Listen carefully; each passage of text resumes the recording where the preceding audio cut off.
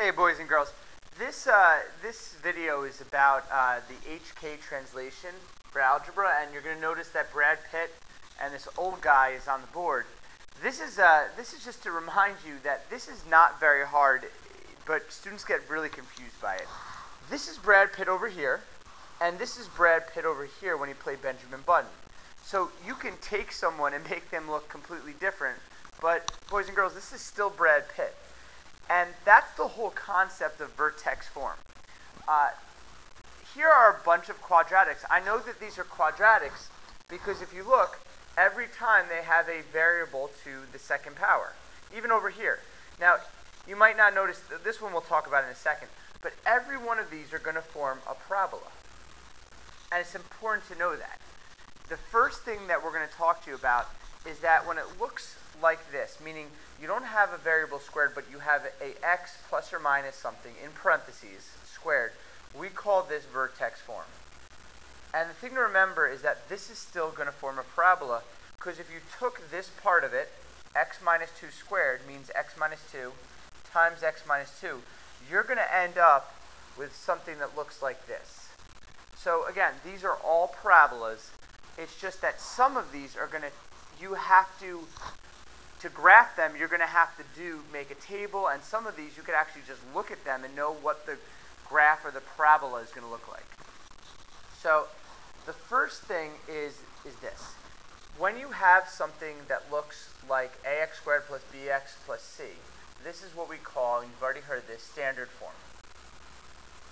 We just talked about this right here as vertex form.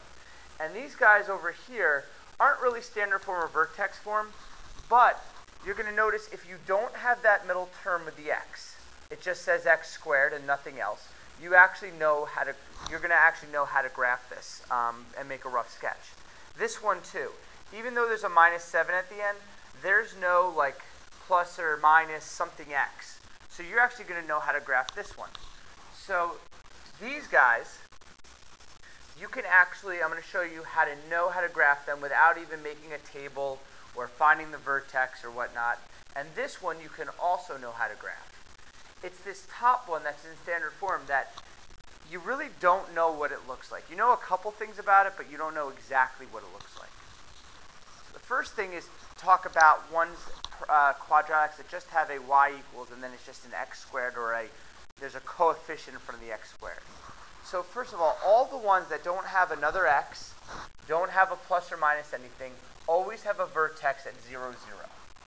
They don't move left or right, they don't move up or down. And the number in front is going to tell you just how wide to make the parabola.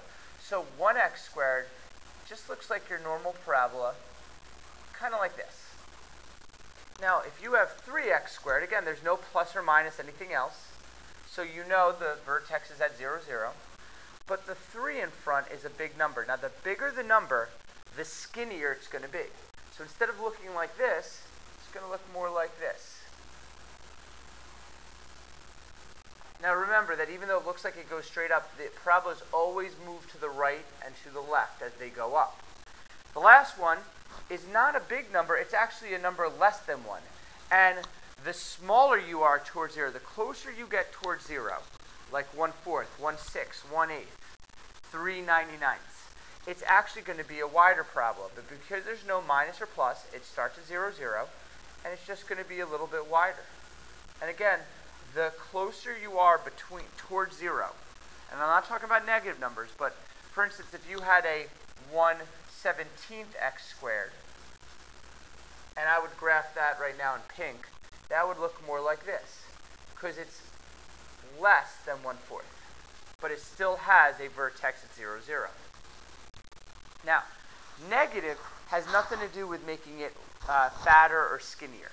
Instead, a negative, all it's going to do is it makes a reflection. It flips the parabola. So you have to view the number and the negative sign separately. Let me show you what I mean. Here it says x squared, negative 1/4 x squared. There's no plus or minus anything else. So we know the vertex is at 0, 0. Now the 1/4 means it's a really fat or wide parabola. But the negative sign doesn't make it any less wide or less fat or less skinny or anything like that. The negative sign, instead of being a wide parabola going up, it's going to reflect it downwards. Same thing here. The negative sign has nothing to do with the 8. The 8 makes it a really skinny parabola. The negative sign makes it go downwards.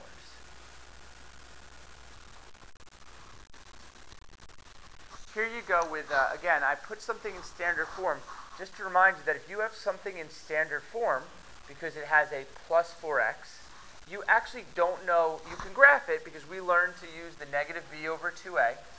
So you can graph this, but you actually don't know what it's going to look like until you go through the steps that we went through in 10.1. But if it just has a minus or a plus sign at the end, there's no middle term of bx or 7x or negative 4x. That negative sign actually moves the parabola up and down. So when you have x squared minus 9, all that means is the parabola, instead of being at 0, 0, starts down 9. So I go down 9, and right here is my vertex at 0, 9. And then I'm just going to use the number in front of the x squared to tell you if it's skinny or fat and whether it goes up or down. So it's positive 1, so it's a normal parabola that just goes upwards. So here you have 2x squared. There's no other x in there. So the last number, the plus or minus, the plus 5, just means the parabola translates up 5. So it's going to start here at 0, 5. And the 2x means it goes up because it's a positive 2. But since it's 2, it's just really, really skinny. And I didn't really have enough room there to make that. All right, so we just have to introduce a couple words for you and just pause the video so you can make sure you write these down. Dilation is how we describe when I keep saying skinnier or fatter or wider or thinner. But when a quadratic has a number in front of the x squared, this dilates the parabola, meaning it makes it, it changes the shape, skinnier or fatter. So that's how we refer to something. We could either say it dilates and it makes it skinnier, or there's a dilation and it's wider. Translation is how we describe when the vertex moves up or down, left or right. And reflection is how we talk about if the parabola shifts downwards as opposed to shifting being upwards. So in this particular quadratic, take a second and see if you can kind of make a rough sketch of it just by looking at what the quadratic looks like. So what you should have done is the plus 8 at the end means that the parabola vertex is going to be translated up 8. And that's how you would say that. The negative sign means the parabola is going to go downwards, which means it's reflected downwards. And the 1/8 means it's really, really fat. And that's the dilation. So there is a dilation, there is a translation, and there is a reflection. So, again, what do we call this form of the quadratic? And what do we call this form?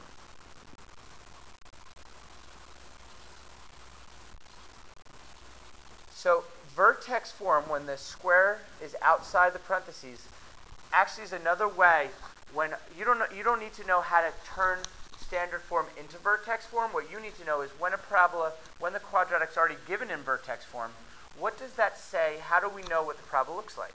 It's actually pretty easy.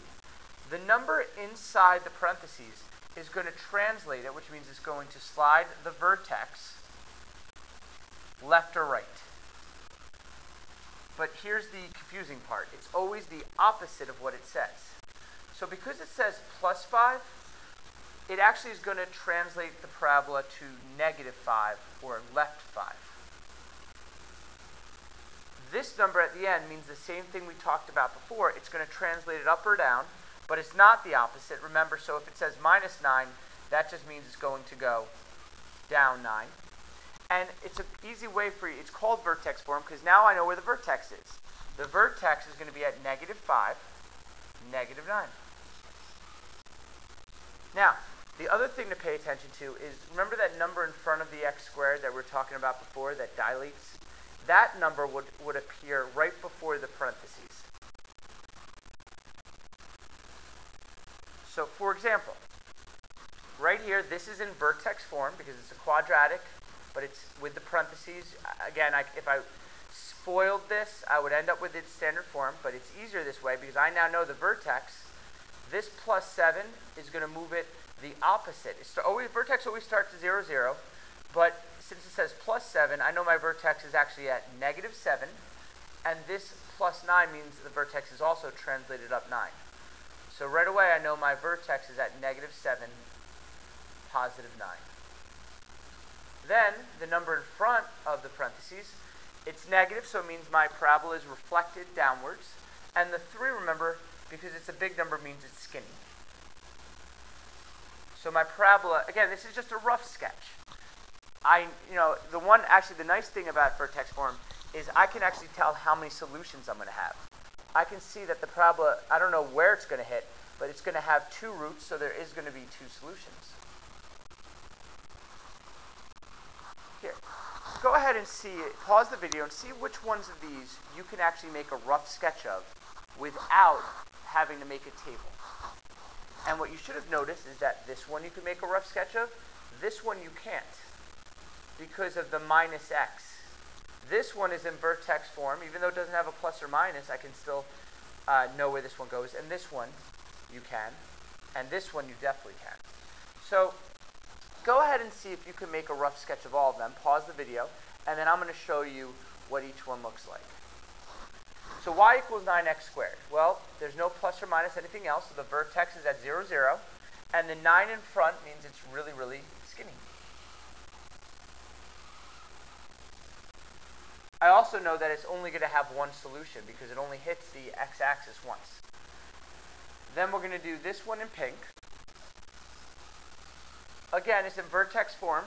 It doesn't have a plus or minus, but the plus 5 inside the parentheses translates the vertex to the opposite.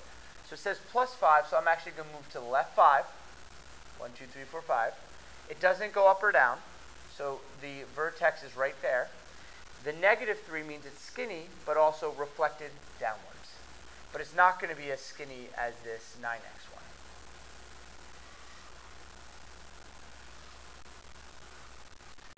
This one right here, let's go ahead and do an orange. X squared plus 7. It's not in vertex form, but because it doesn't have another x, I know the vertex actually shifts up 7. And there's no reflection, it's just 1x squared, so it's just going to go up like a very normal parabola. And the last one, we're going to go ahead and make that in black. Or I'm sorry, we're going to make that in blue. So it says the vertex is going to be found from looking at inside the parentheses. It says plus 5, so it's at negative 5, opposite. And then it's going to also translate down 3 because it says negative 3. So I'm going to go to negative 5, negative 3, make my vertex. Then I'm going to look at the number in front, and it says 1/4. So it's going to go up, but it's going to be really, really wide. And that's, remember, called a dilation. And that's it.